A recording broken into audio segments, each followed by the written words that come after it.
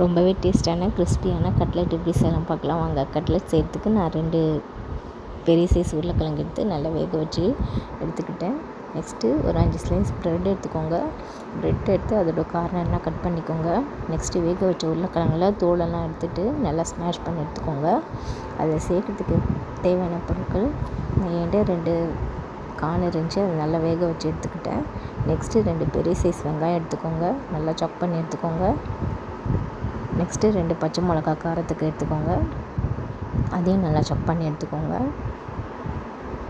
அது கூட தேவையான மல்லித்தழை, தேவையான அளவு மல்லித்தழையை அதையும் நல்லா பொடியாக நறுக்கி எடுத்துக்கோங்க.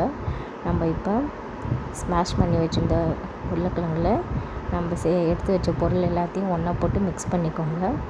நான் அதுக்கு காரத்துக்கு 1 ஸ்பூன் மிளகாய்த்தூள், 1 ஸ்பூன் கரம் மசாலா, 1 ஸ்பூன் இஞ்சி பூண்டு பேஸ்ட்டு, தேவையான அளவு உப்பு போட்டு நல்லா மிக்ஸ் பண்ணி எடுத்துக்கிட்டேன். ஒரு முட்டை எடுத்து பீட் பண்ணிக்கோங்க.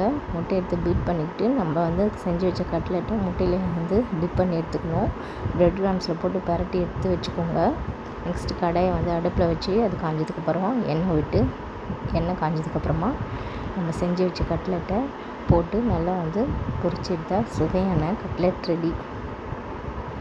ரொம்பவே டேஸ்ட்டான கட்லெட் ரெடி. இது நம்ம வீட்டில் இருக்க குழந்தைங்க பெரியவங்க எல்லாம் விரும்பி சாப்பிடுவாங்க. ரொம்பவே டேஸ்ட்டாக இருக்கும். நீங்களும் வீட்டில் ட்ரை பண்ணி பாருங்கள். இந்த வீடியோ உங்களுக்கு பிடிச்சிருந்தால் லைக் பண்ணுங்கள், ஷேர் பண்ணுங்கள், கமெண்ட் பண்ணுங்கள், மறக்காமல் சப்ஸ்கிரைப் பண்ணுங்கள் ஃப்ரெண்ட்ஸ். இந்த கட்லெட் கூட நம்ம சாஸ் தொட்டு சாப்பிட்டா இன்னுமே ரொம்ப டேஸ்ட்டாக இருக்கும்.